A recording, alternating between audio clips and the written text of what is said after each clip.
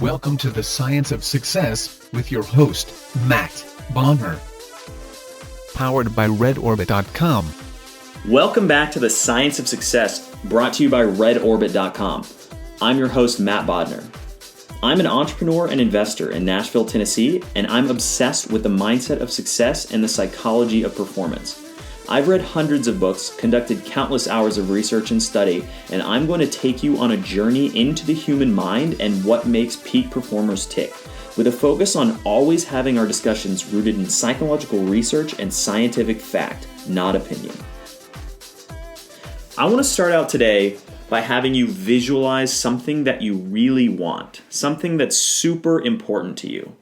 I want you to take a second, pause the podcast if you need to, and really think about something a goal in your life, something that's super important. All right, good. You've had a second to do that, to pause and reflect on something that's really, really important to you, something you visualize this thing and really viscerally feel it. Now, I want to share two quotes with you. The first is from Jack Canfield, the author of Chicken Soup from the Soul. Everything you want is on the other side of fear.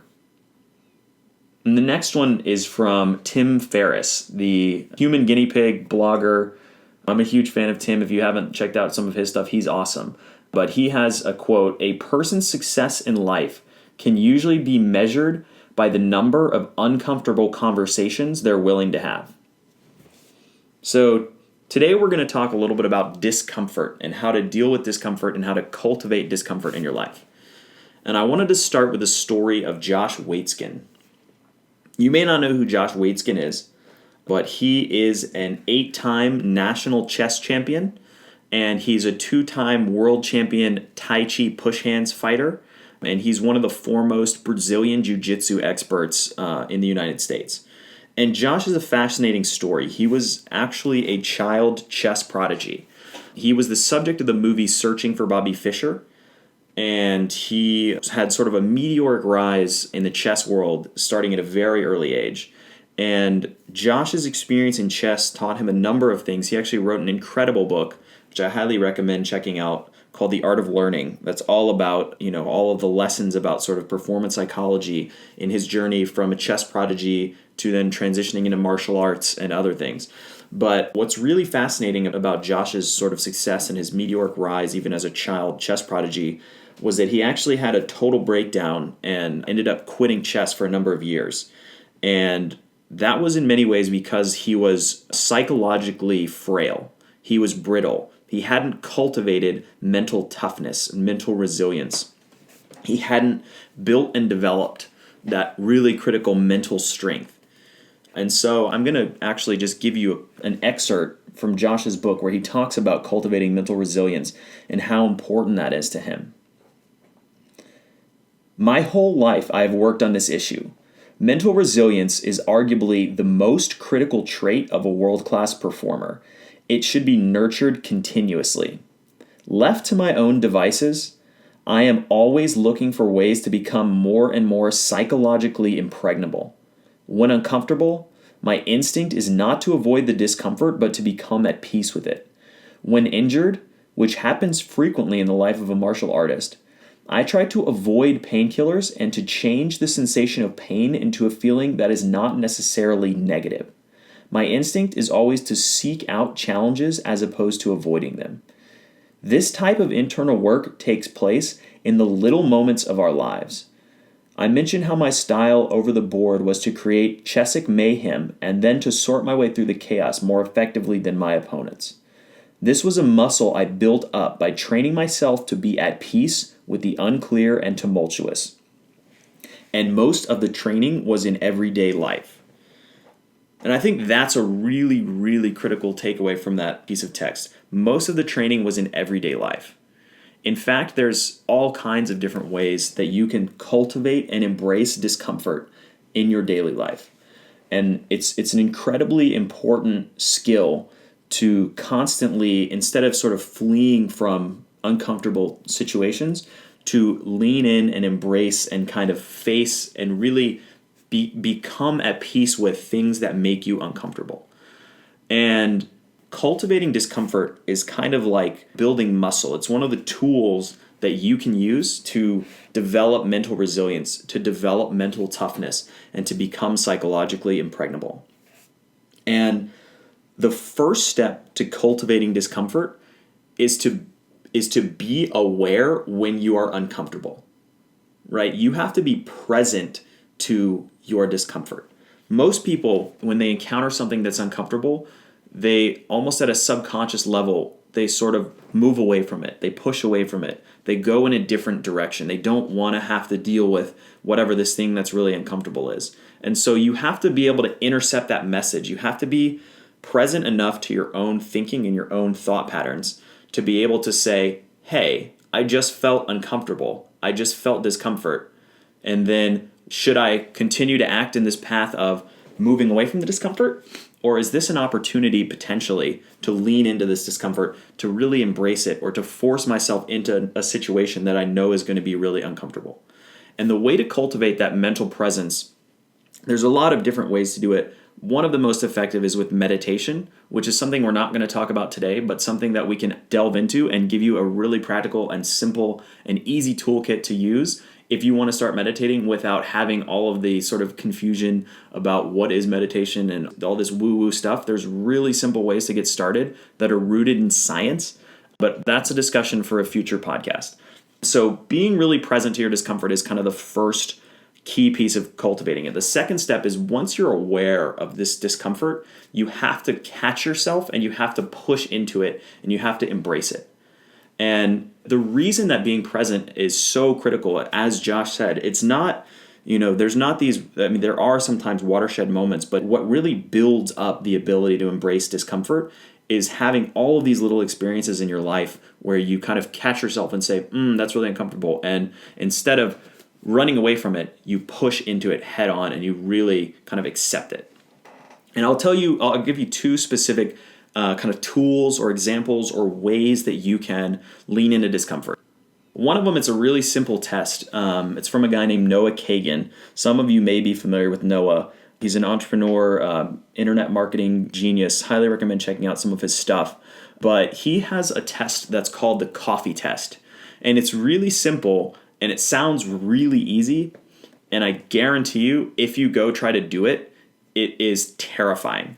And all you have to do is go into your local coffee shop or any coffee shop and whatever you order, ask them for 10% off. Don't give them a reason. Don't justify it. Just go in and say, I'd like a large coffee and can I get 10% off on that? And you're probably thinking right now, oh, that doesn't sound so hard. But as soon as you step up to the counter, it's a completely different sensation of fear and discomfort and, I don't want to do it. And most of the time you'll back down and it takes 2 or 3 tries to really cultivate that. But that's a very micro example of a way to kind of simply and easily in your own life cultivate discomfort and kind of implement the ability to actively go out and seek things that are uncomfortable. The second way to do that is through a process called social skydiving. You may have heard of that term, but if you haven't, basically what social skydiving is just walking up to a conversation, specifically usually with a group of people that you don't know at all. And the more intimidating the conversation looks, the less it looks like you should barge in, the better it is. And you just barge into the conversation, not in a rude way at all, but in a way where you just kind of join the conversation and immediately insert yourself into it and start talking to people, engaging them, introducing yourself, all this kind of stuff. And the key to social skydiving is that when you're entering into these situations, you don't know what you're going to say. You don't know what they're talking about. You just throw yourself into this situation where most people are sort of mortified of walking up into a circle of strangers that are all talking about something, busting into the circle and just injecting yourself into the conversation. And it's really hard to do it. But the more you do it, the more you sort of cultivate and build this muscle. And it's something you can do anytime. You could walk out right now and go social skydive on somebody's conversation and continue to build and cultivate that muscle of being able to tolerate and kind of handle, and ultimately become sort of immune or resilient to uncomfortable situations. So those are 2 very practical ways that you can cultivate discomfort, and I challenge you to implement or try at least one of those within the next week. And I bet you're probably not going to do it, but I think you really, really should. And it sounds really easy, but when you actually go to do it, it's going to be really hard. But pushing into and really leaning into that discomfort, you will start to cultivate an immunity to it, to where you can social skydive in all kinds of situations. And it actually, like, I'm an introvert, and so it's something that's was sort of terrifying to me to do it for the first time. But having done it many times, I can tell you now that it's almost a fun activity. It's almost enjoyable. And that's kind of a segue into the next piece of understanding discomfort that I think is a critical thing to understand. And this is the idea of what I call the sphere of discomfort. And this goes back to Jack Canfield's quote about everything you want is on the other side of fear. So everybody sort of lives in a comfort zone, right? It's sort of a bubble that surrounds you, and it's everything you are comfortable with, everything you're comfortable doing, everything you're comfortable talking about, all of these things. And whenever, and this is usually a subconscious process, which is why sort of being present to it and aware of it is so important. But whenever you bump up against sort of the walls of your comfort zone, you subconsciously and kind of intuitively turn away, you turn back, right? You flee from that discomfort. And so what happens is most people live their lives in sort of this little bubble where anything that's uncomfortable to them, they never do it, right? They never want to do it. And a really simple way to think about that would be like somebody who's afraid of flying, right? And everybody knows somebody probably. Think about all the things they're kind of limiting out of their experience in their life by being afraid to get on an airplane. If they were to become comfortable with that, push into that discomfort, they're literally opening up the world for themselves to experience. And so what happens is, similar to sort of social skydiving or the coffee test, every time you get to the edge of your comfort zone, if you just push into that discomfort, if you just kind of step into it and really go head first, the first time you do something that's really uncomfortable, it's scary, right? The second or third time, it's still nerve-wracking, but you know that you've done it once before and it gets a little bit easier. The 100th time that you do something, it's almost, it's starting to get fun and easy, and it's almost enjoyable because you've done it so many times. The 1,000th time that you do something, it's boring, right? There's people who fly every week for work, and to them flying it's nothing. It's not scary at all. So you see this pattern again and again and again with all kinds of experiences in people's lives. But so many people, once you sort of build that muscle, right? Whether it's flying or social skydiving or selling or whatever it might be, once you build that muscle, things that once seemed scary and uncomfortable now become at first sort of less scary. You get good at it, and then it almost becomes boring ultimately. And what happens is that bubble around you, that comfort zone, grows and expands. And once that comfort zone has kind of bubbled up and expanded, and you've broadened your comfort zone beyond what you ever thought was possible, at the frontiers of your new sphere of discomfort, you now have all of these other things that seem uncomfortable. But these are the kind of things that you never could have seen or perceived in the world where you were sort of limited by your original fears, your original things that made you uncomfortable. And it's kind of an iterative process because now you have all these new frontiers you can explore. You have an even broader array of things that you can do, right? And that goes back to the Tim Ferriss quote that we opened up this podcast with. A person's success in life can usually be determined by the number of uncomfortable conversations they're willing to have, right? And the more you have those uncomfortable conversations, the sales pitches, the tough business negotiations, whatever it might be, the better you get and the broader that sort of sphere of comfort expands to.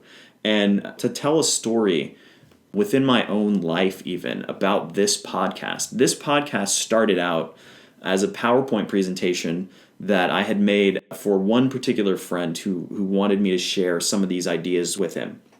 He knew that I loved psychology and performance and all this stuff, and he said, "Hey, Matt, can you just take some of this stuff and share it with my corporate team?"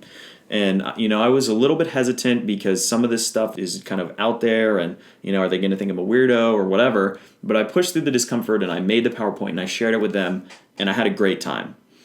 And then about 6 months elapsed and I didn't tell a soul, show a soul anything about this PowerPoint.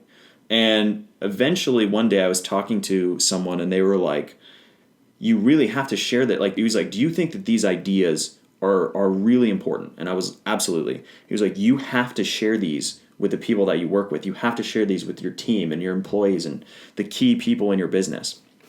And I was like, absolutely not. They're going to think I'm a weirdo. I'm going to sit down and talk to them about, their subconscious and sphere of discomfort and all of these things. And they're going to say, man, I thought he was kind of out there, but now I know he's out there, right? But eventually I overcame that sort of uncomfortable emotion and cultivated, a series of one-on-one, really, really enriching conversations with all of my key team members. And it really took our relationships to a level that I never thought was possible.